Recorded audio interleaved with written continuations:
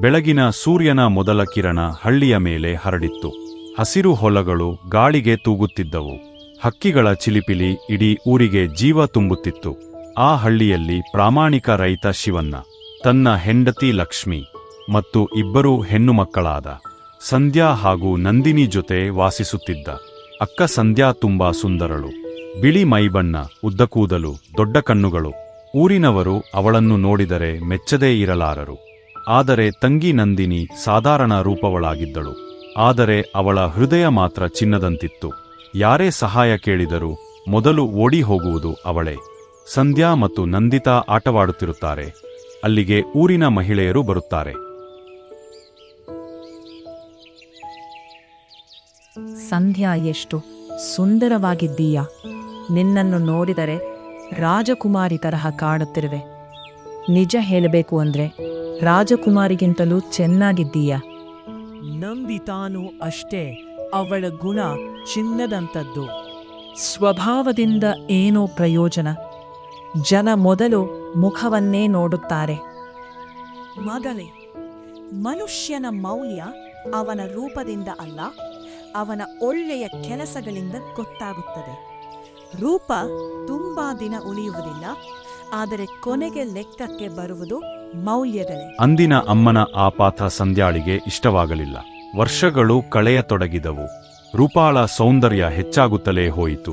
ಆದರೆ ಅದರ ಜೊತೆಗೆ ಅವಳ ಅಹಂಕಾರವೂ ದಿನದಿಂದ ದಿನಕ್ಕೆ ಹೆಚ್ಚುತ್ತಲೇ ಹೋಯಿತು. ಕಾಲ ಕಳೆಯುತ್ತಾ ಹೋಯಿತು. ಸಂಧ್ಯಾ ಊರಿನ ಬಡವರನ್ನು, ಸಾಮಾನ್ಯ ಜನರನ್ನು ಗೌರವದಿಂದ ನೋಡುತ್ತಿರಲಿಲ್ಲ. ಮಗಳೇ, ಈ ತಿಂಗಳು ಮಳೆ ಇಲ್ಲದೆ ಬೆಳೆಯೆಲ್ಲ ಹಾಳಾಗಿದೆ. ನಾನು ಈ ತಿಂಗಳು ಹಣವನ್ನ ನೀಡಲು ಸಾಧ್ಯವಾಗುತ್ತಿಲ್ಲ. ಅದಕ್ಕೆ ನಿಮ್ಮ ಅಪ್ಪಾಜಿಯವರಿಗೆ ಮುಂದಿನ ತಿಂಗಳು ಕೊಡುತ್ತೇನೆ ಅಂತ ಹೇಳು. ಅವರ ಆ ಮಾತಿಗೆ ಯಾವುದೇ ಉತ್ತರವನ್ನು ನೀಡದೆ ಗರ್ವದಿಂದಾಗಳು ಅಲ್ಲಿಂದ ಹೊರಟು ಹೋಗುತ್ತಾಳೆ. ಇತ್ತ ನಂದಿತಾ ತುಂಬಾ ಸಂಸ್ಕಾರಿಯಾಗಿ ಬೆಳೆದಿರುತ್ತಾಳೆ. ಅವಳಿಗೆ ಬೇರೆ ಯಾರಾದರೂ ಕಷ್ಟ ಅಂದರೆ ಅವರಿಗೆ ತಾನು ಓಡಿಹೋಗಿ ಅವರ ಕಷ್ಟಕ್ಕೆ ಹೆಗಲು ಕೊಡುತ್ತಿರುತ್ತಾಳೆ. ಮತ್ತೆ ದೊಡ್ಡವರಿಗೆ ಗೌರವಿಸಿ ಮತ್ತು ಪ್ರೀತಿಸುತ್ತಾಳೆ. ಅವಳ ಈ ಗುಣ ಎಲ್ಲರಿಗೂ ಇಷ್ಟವಾಗುತ್ತಿತ್ತು. ಕೆಲವು ತಿಂಗಳುಗಳ ನಂತರ ಇಬ್ಬರು ಸಹೋದರಿಯರ ಮದುವೆಯ ಬಗ್ಗೆ ಮಾತು ಆರಂಭವಾಯಿತು. ರಾಮದಾಸ್ ಮತ್ತು ಸರಸ್ವತಿ ಇಬ್ಬರೂ ಒಳ್ಳೆಯ ವರನ ಹುಡುಕಾಟದಲ್ಲಿದ್ದರು. ಒಬ್ಬ ಶ್ರೀಮಂತ ವ್ಯಾಪಾರಿ ತನ್ನ ಮಗ ವಿಕ್ರಮ್ಗಾಗಿ ಸಂಧ್ಯಾಳ ಸಂಬಂಧ ಕೇಳಿಕೊಂಡು ಬಂದನು. ದೊಡ್ಡ ಮನೆ, ಅಪಾರ ಆಸ್ತಿ, ಐಷಾರಾಮಿ ಜೀವನ. ಈ ವಿಷಯ ಕೇಳಿದ ರೂಪಾಳ ಸಂತೋಷಕ್ಕೆ ಮಿತಿಯೇ ಇರಲಿಲ್ಲ. ನೋಡಿದ್ರಮ್ಮ, ನಾನ್ ಹೇಳಿದ್ದು ಸರಿ. ಸೌಂದರ್ಯಕ್ಕೆ ಯಾವಾಗ್ಲೂ ಬೆಲೆ ಇರ್ತದೆ. ಅದಕ್ಕೆ ನನ್ಗೆ ಇಷ್ಟು ದೊಡ್ಡ ಸಂಬಂಧ ಬಂದಿದೆ.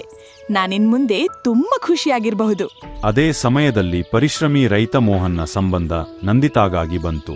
ಅವನು ಶ್ರೀಮಂತನಾಗಿರಲಿಲ್ಲ, ಆದರೆ ಅವನು ಪ್ರಾಮಾಣಿಕ, ಕಷ್ಟಪಟ್ಟು ದುಡಿಯುವ ಮತ್ತು ದಯಾಳು ವ್ಯಕ್ತಿಯಾಗಿದ್ದ. ನಂದಿತಾ, ನಮ್ಮ ರಾಜಣ್ಣ ಇದ್ದಾರಲ್ಲ, ಅವರ ಮಗನ ಹೆಸರು ಮೋಹನ್. ಮೋಹನ್ಗೆ ನಿನ್ನ ಕೊಟ್ಟಿ ಮದುವೆ ಮಾಡಬೇಕು ಎಂದು ಅಂದುಕೊಂಡಿದ್ದೇನೆ. ಅವನು ತುಂಬಾ ಒಳ್ಳೆಯ ಹುಡುಗ. ಅವನನ್ನು ನಾನು ಚಿಕ್ಕವನಿಂದ ನೋಡಿದ್ದೇನೆ. ತುಂಬಾ ಪ್ರಾಮಾಣಿಕ. ಅಪ್ಪ ತೆಗೆದುಕೊಂಡ ನಿರ್ಧಾರವನ್ನು ನಂದಿತಾ ಒಪ್ಪಿಕೊಳ್ಳುತ್ತಾಳೆ. ಇಬ್ಬರ ಮದುವೆ ಸಿದ್ಧತೆಗಳು ಅದ್ದೂರಿಯಾಗಿ ನಡೆಯುತ್ತದೆ. ಸಂಧ್ಯಾ ದೊಡ್ಡ ಉದ್ಯಮಿ ವಿಕ್ರಮ್ನ ಮದುವೆಯಾಗುತ್ತಾಳೆ ಮತ್ತು ನಂದಿತಾ ರೈತನದ ಮೋಹನ್ನನ್ನ ವಿವಾಹವಾಗುತ್ತಾಳೆ. ಬೀಳ್ಕೊಡುವ ಸಮಯದಲ್ಲಿ ಸರಸ್ವತಿಯ ಕಣ್ಣಲ್ಲಿ ಕಣ್ಣೀರು ತುಂಬಿತು. ಮಕ್ಕಳೇ, ಜೀವನದಲ್ಲಿ ಎಷ್ಟೇ ಕಷ್ಟ ಬಂದರೂ ಒಬ್ಬರನ್ನೊಬ್ಬರು ಎಂದಿಗೂ ಮರೆಯಬೇಡಿ. ಹೋದ ಮನೆಯಲ್ಲಿ ಸುಖ, ಶಾಂತಿ, ನೆಮ್ಮದಿಯನ್ನು ತುಂಬಿರಿ. ತುಂಬಾ ಜವಾಬ್ದಾರಿಯುತ ಜೀವನವನ್ನು ನಡೆಸಿ. ಒಬ್ಬಳು ಅರಮನೆಯಂತಹ ಮನೆಗೆ ಹೊರಟಳು, ಇನ್ನೊಬ್ಬಳು ಚಿಕ್ಕದಾದ ಮನೆಗೆ. ಆದರೆ ವಿಧಿಯು ಅವರಿಬ್ಬರಿಗಾಗಿ ಬೇರೆ ಬೇರೆ ಪಾಠಗಳನ್ನು ಬರೆದಿತ್ತು. ಮದುವೆಯಾದ ನಂತರ ರೂಪಾ ತನ್ನ ಪತಿ ವಿಕ್ರಮ್ ಜೊತೆ ದೊಡ್ಡ ಅರಮನೆಯಂತಿದ್ದ ಮನೆಯಲ್ಲಿ ವಾಸಿಸಲು ಶುರುಮಾಡಿದಳು. ಮನೆ ತುಂಬಾ ಕೆಲಸದವರು, ದುಬಾರಿ ವಸ್ತುಗಳು ಮತ್ತು ಐಷಾರಾಮಿ ಜೀವನ. ಇನ್ನೊಂದು ಕಡೆ ಗೌರಿ ತನ್ನ ಪತಿ ಮೋಹನ್ ಜೊತೆ ಚಿಕ್ಕದಾದ ಮಣ್ಣಿನ ಮನೆಯಲ್ಲಿ ಹೊಸ ಜೀವನ ಆರಂಭಿಸಿದಳು. ಅವರು ನಗುತ್ತಾ ತಮ್ಮ ಕೆಲಸಗಳಲ್ಲಿ ತೊಡಗಿಕೊಂಡರು. ಮನೆ ಚಿಕ್ಕದಾಗಿದ್ದರೂ ಅಲ್ಲಿ ಪ್ರೀತಿ, ಗೌರವ ಮತ್ತು ನೆಮ್ಮದಿ ತುಂಬಿಕೊಂಡಿತ್ತು. ಒಂದು ದಿನ ಸಂಧ್ಯಾ ನಂದಿತಾಳಮ್ಮನೆಗೆ ಬಂದಳು. ನಂದಿತಾ, ನೀನಿಷ್ಟು ಚಿಕ್ಕ ಮನೆಯಲ್ಲಿ ಹೇಗ್ ಬದುಕ್ತಿದ್ದೀಯಾ? ನಿನ್ ಮನೆ ನನ್ನ ರೂಮಿಗಿಂತಲೂ ಚಿಕ್ಕದಾಗಿದೆ. ನಮ್ಮನೆ ನೋಡು, ಅರಮನೆ ತರ ಇದೆ. ಪ್ರೀತಿ ಇರುವ ಜಾಗವೇ ನಿಜವಾದ ಅರಮನೆಯಕ್ಕ. ಹಣದ ಮುಂದೆ ಈ ಪ್ರೀತಿಯೆಲ್ಲ ಲೆಕ್ಕಕ್ಕೆ ಬರೋದಿಲ್ಲ. ಅದು ಅಲ್ಲದೆ ಹಣವಿಲ್ಲದವರು ತಮ್ಮನ್ನು ತಾವೇ ಸಮಾಧಾನ ಮಾಡಿಕೊಳ್ಳಲು ಹೀಗೆ ಹೇಳ್ತಾರೆ. ಅಕ್ಕ, ಮೊದಲು ಒಳಗ್ ಬನ್ನಿ, ಬಂದು ಊಟ ಮಾಡಿ. ಬಹಳ ದಿನಗಳ ನಂತರ ಬಂದಿದ್ದೀಯಾ? ನಿಮ್ಮನೆಗ್ ಬಂದು ಊಟ ಮಾಡೋ ಕರ್ಮ ನನಗಿನ್ನೂ ಬಂದಿಲ್ಲ. ಇವನನ್ ಮದ್ವೆ ಮಾಡ್ಕೊಂಡು ನೀನ್ ತಪ್ಪು ಮಾಡಿದ್ಯಾ, ಅದಕ್ಕೆ ಕಷ್ಟಪಡ್ತಿರುವೆ. ನಂದಿತಾ ಎಷ್ಟು ಹೇಳಿದರು ಅವಳು ಒಳಗೆ ಹೋಗಲಿಲ್ಲ. ಬದಲಾಗಿ ಕೀಳಾಗಿ ಮಾತುಗಳನ್ನು ಆಡಿ ಅಲ್ಲಿಂದ ಹೊರಟಳು. 5 ವರ್ಷಗಳು ಕಳೆಯಿತು. ವಿಕ್ರಮ್ನ ವ್ಯಾಪಾರ ದಿನದಿಂದ ದಿನಕ್ಕೆ ಬೆಳೆಯುತ್ತಿತ್ತು. ನಗರದಲ್ಲಿ ಅವನು ದೊಡ್ಡ ವ್ಯಾಪಾರಿಗಳಲ್ಲಿ ಒಬ್ಬನಾಗಿದ್ದ. ರೂಪಾಳ ಅಹಂಕಾರವು ಅದೇ ವೇಗದಲ್ಲಿ ಬೆಳೆಯುತ್ತಿತ್ತು. ಒಂದು ಸಂಜೆ ವಿಕ್ರಮ್ ಮನೆಗೆ ಬಂದನು. ಅವನ ಮುಖದಲ್ಲಿ ಚಿಂತೆ ಸ್ಪಷ್ಟವಾಗಿತ್ತು. ಏನಾಯ್ತು? ಯಾಕೆ ಇಷ್ಟು ಬೇಸರದಲ್ಲಿದ್ದೀರಾ? ಈ ಬಾರಿ ನಮ್ಮ ವ್ಯಾಪಾರದಲ್ಲಿ ಸ್ವಲ್ಪ ನಷ್ಟ ಕಾಣುತ್ತಿದೆ. ಆದರೂ ಅದೆಲ್ಲ ಹೇಗಾಯ್ತು? ಅಷ್ಟೇನಾ? ನಮ್ಮ ಬಳಿ 7 ತಲೆಮಾರು ಕುಳಿತು ತಿನ್ನುವಷ್ಟು ಆಸ್ತಿ ಇದೆ. ಹೀಗಿರುವಾಗ ನೀವು ಯಾಕೆ ಇಷ್ಟು ಯೋಚನೆ ಮಾಡ್ತಾ ಇದ್ದೀರಾ? ಆರಾಮಾಗಿರಿ. ಹಣ ಮಾತ್ರ ಸಾಕಾಗುವುದಿಲ್ಲ.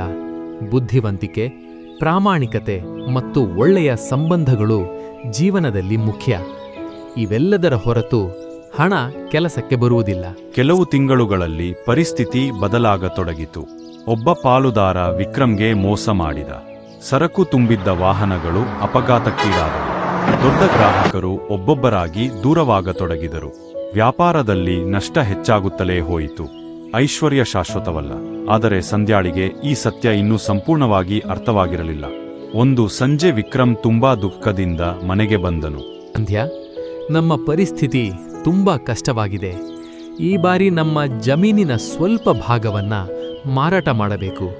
ಇಲ್ಲದಿದ್ದರೆ ವ್ಯಾಪಾರವನ್ನು ಉಳಿಸಲು ಸಾಧ್ಯವಿಲ್ಲ. ಬಹಳ ಕಷ್ಟವಾಗುತ್ತದೆ. ಎಲ್ಲರೂ ಹಣ ಕೊಡಲೇಬೇಕು ಎಂದು ಮೈಮೇಲೆ ಬಿದ್ದಿದ್ದಾರೆ.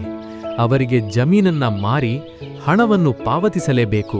ಮೊದಲ ಬಾರಿಗೆ ಸಂಧ್ಯಾಳಿಗೆ ಹಣವು ಒಂದು ದಿನ ಕೈಜಾರಬಹುದು ಎಂಬ ಭಯ ಶುರುವಾಯಿತು.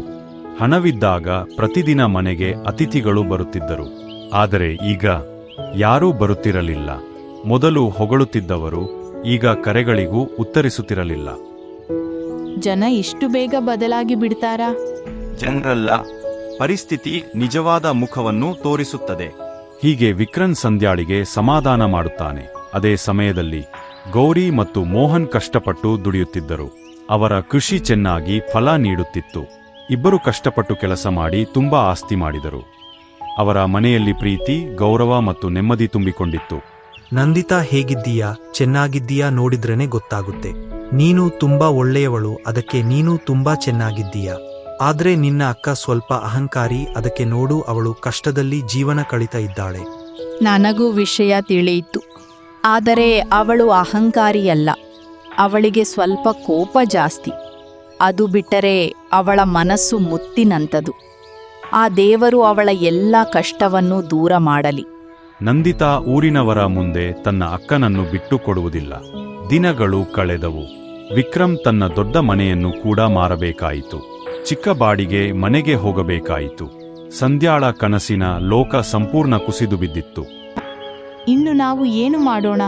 ವಿಕ್ರಮ್ ತುಂಬಾ ಯೋಚಿಸುತ್ತಾನೆ. ಸಂಧ್ಯಾ, ನಿನ್ನಿಂದ ನೀನು ಇಷ್ಟು ಕಷ್ಟಪಡಬೇಕಾಗಿ ಬಂದಿದೆ. ಒಮ್ಮೆ ನಿನ್ನ ತಂಗಿ ನಂದಿತಾಳನ್ನು ಭೇಟಿ ಮಾಡು. ನಡೆದ ವಿಷಯವನ್ನು ಅವರಿಗೆ ಹೇಳು. ಅವಳಿಂದ ನಮಗೇನಾದರೂ ಸಹಾಯ ಸಿಗಬಹುದು. ಅವಳ ಎದುರು ನಾನು ಹೇಗೆ ಹೋಗ್ಲಿ? ನಾನು ಅವಳಿಗೆ ಎಷ್ಟು ನೋವು ಕೊಟ್ಟಿದ್ದೇನೆ. ಚಿಕ್ಕ ವಯಸ್ಸಿನಿಂದ ಅವಳಿಗೆ ತುಂಬ ತೊಂದರೆಯನ್ನು ಕೊಟ್ಟಿದ್ದೇನೆ.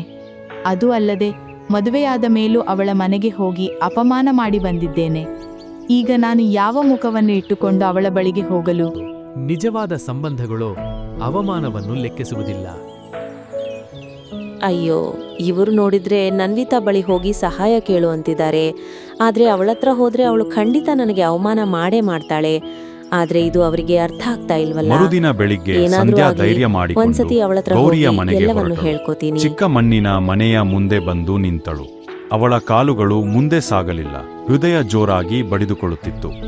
ನಂದಿತಾ, ನನಗೆ ನಿನ್ನಿಂದ ಒಂದು ಸಹಾಯ ಆಗಬೇಕು. ಅದೇನೆಂದರೆ, ವಿಕ್ರಮ್ಗೆ ಬಿಸ್ನೆಸ್ಸಲ್ಲಿ ತುಂಬ ಲಾಸ್ ಆಯಿತು. ಅದರಿಂದ ನಮ್ಮ ಆಸ್ತಿ, ಮನೆ ಎಲ್ಲವನ್ನೂ ಮಾರಬೇಕಾದ ಪರಿಸ್ಥಿತಿ ಬಂತು. ಈಗ ನಾವು ಉಳಿದುಕೊಳ್ಳಲು ಒಂದು ಮನೆ ಸಹ ಇಲ್ಲ. ನೀನೇನಾದರೂ ನನಗೆ ಸಹಾಯ ಮಾಡಬಹುದೇ? ಅಕ್ಕ, ನೀನು ನಮ್ಮ ಮನೆಗೆ ಬಂದದ್ದು ನನಗೆ ಬಹಳ ಸಂತೋಷ ಆಯಿತು. ಖಂಡಿತವಾಗಿಯೂ ಸಹಾಯ ಮಾಡ್ತೀನಿ. ಆದರೆ ಸಹಾಯ ಅಲ್ಲ, ಏನೇ ಮಾಡಿದ್ರೂ ಅದು ಪ್ರೀತಿಗಾಗಿ ಮಾತ್ರ. ಅದನ್ನು ಸಹಾಯ ಅಂತ ನೀನ್ ಅನ್ಕೋಬೇಡ. ನೀವಿಬ್ರು ಇನ್ಮುಂದೆ ನಮ್ಮನೆಯಲ್ಲೇ ಇರ್ಬೋದು. ನಾವೊಟ್ಟಿಗೆ ಇದೇ ಮನೆಯಲ್ಲಿ ಇರೋಣ. ನೀನು ಎಷ್ಟು ಒಳ್ಳೆಯವಳು. ನಾನು ನಿನಗೆ ತುಂಬಾ ಅವಮಾನ ಮಾಡಿದ್ದೇನೆ. ಆದ್ರೆ ನೀನು ಅದನ್ನ ಮನಸ್ಸಿನಲ್ಲಿಟ್ಕೊಳ್ಳದೆ ನನಗೆ ಸಹಾಯ ಮಾಡುವುದಕ್ಕೆ ಒಂದು ಕ್ಷಣನೂ ಯೋಚನೆನೇ ಮಾಡಿಲ್ಲ. ಎಲ್ಲರೂ ಹೇಳಿದ್ದೇ ಸರಿ, ನಿನಗಿರುವುದು ಚಿನ್ನದಂಥ ಮನಸ್ಸೇ. ಅವತ್ತು ರಾತ್ರಿ ಆಗಿದ್ದರು. ಸಂಧ್ಯಾಳ ಮನಸ್ಸು ಮಾತ್ರ ಕಂಗೊಳಿಸುತ್ತಿತ್ತು. ಅವಳಿಗೆ ಹೀಗೇನು ಇರಬಹುದಾ ಎಂಬ ಪ್ರಶ್ನೆ ಮೂಡಿತು ಮತ್ತು ಅವಳು ಆಶ್ಚರ್ಯಚಕಿತಳಾಗಿದ್ದಳು. ಮರುದಿನ ಎಲ್ಲರೂ ಸೇರಿ ಒಟ್ಟಿಗೆ ಊಟವನ್ನು ಮಾಡುತ್ತಿದ್ದರು. ಊಟವನ್ನೆಲ್ಲ ಮುಗಿಸಿ ಎಲ್ಲರೂ ಒಟ್ಟಿಗೆ ಮಾತನಾಡಲು ಕುಳಿತುಕೊಂಡರು. ಅಕ್ಕ, ಇಷ್ಟು ದೊಡ್ಡ ಮನೆಯಲ್ಲಿರಲು ನಮಗೆ ಬೇಸರವಾಗುತ್ತಿತ್ತು. ನೀವು ಬಂದಿದ್ದು ನನಗೆ ಬಹಳ ಸಂತೋಷವಾಯಿತು. ಅಕ್ಕ, ಈ ಮನೆ ನಿಮ್ಮದೇ, ಯಾವುದೇ ಸಂಕೋಚ ಬೇಡ. ಒಮ್ಮೆ ನಾನೇ ಮೋಹನ್ನ ಬಡವ ಅಂತ ತುಂಬಾ ಅಪಮಾನ ಮಾಡಿದ್ದೆ. ಆದ್ರೆ ಇವತ್ತು ಅವನು ನನಗೆ ಗೌರವ ಮತ್ತು ಪ್ರೀತಿಯಿಂದ ಮಾತನಾಡಿಸಿದಾನೆ. ನಾನು ಮಾಡಿದ್ದರೂ ತುಂಬಾ ದೊಡ್ಡ ತಪ್ಪಾಯಿತು. ನಾನು ರೂಪ ಮತ್ತು ಹಣವೇ ಬಹಳ ಮುಖ್ಯ ಅಂತ ಅನ್ಕೊಂಡಿದ್ದೆ. ಆದ್ರೆ ಅದಕ್ಕಿಂತ ಮೀರಿದು ಸಂಬಂಧಗಳೇ ಅಂತ ನನಗೆ ಅರ್ಥ ಆಗ್ತಾ ಇದೆ. ಹೀಗೆ ಸಂಧ್ಯಾಳಿಗೆ ತನ್ನ ತಪ್ಪಿನ ಅರಿವಾಯಿತು. ಇದರಿಂದ ನಾವು ಕಲಿಯೋದು ಏನಂದ್ರೆ ರೂಪ ಮತ್ತು ಹಣ ಎಂದಿಗೂ ಶಾಶ್ವತವಲ್ಲ. ಗುಣ ಮತ್ತು ಮೌಲ್ಯಗಳೇ ನಿಜವಾದ ಆಸ್ತಿ.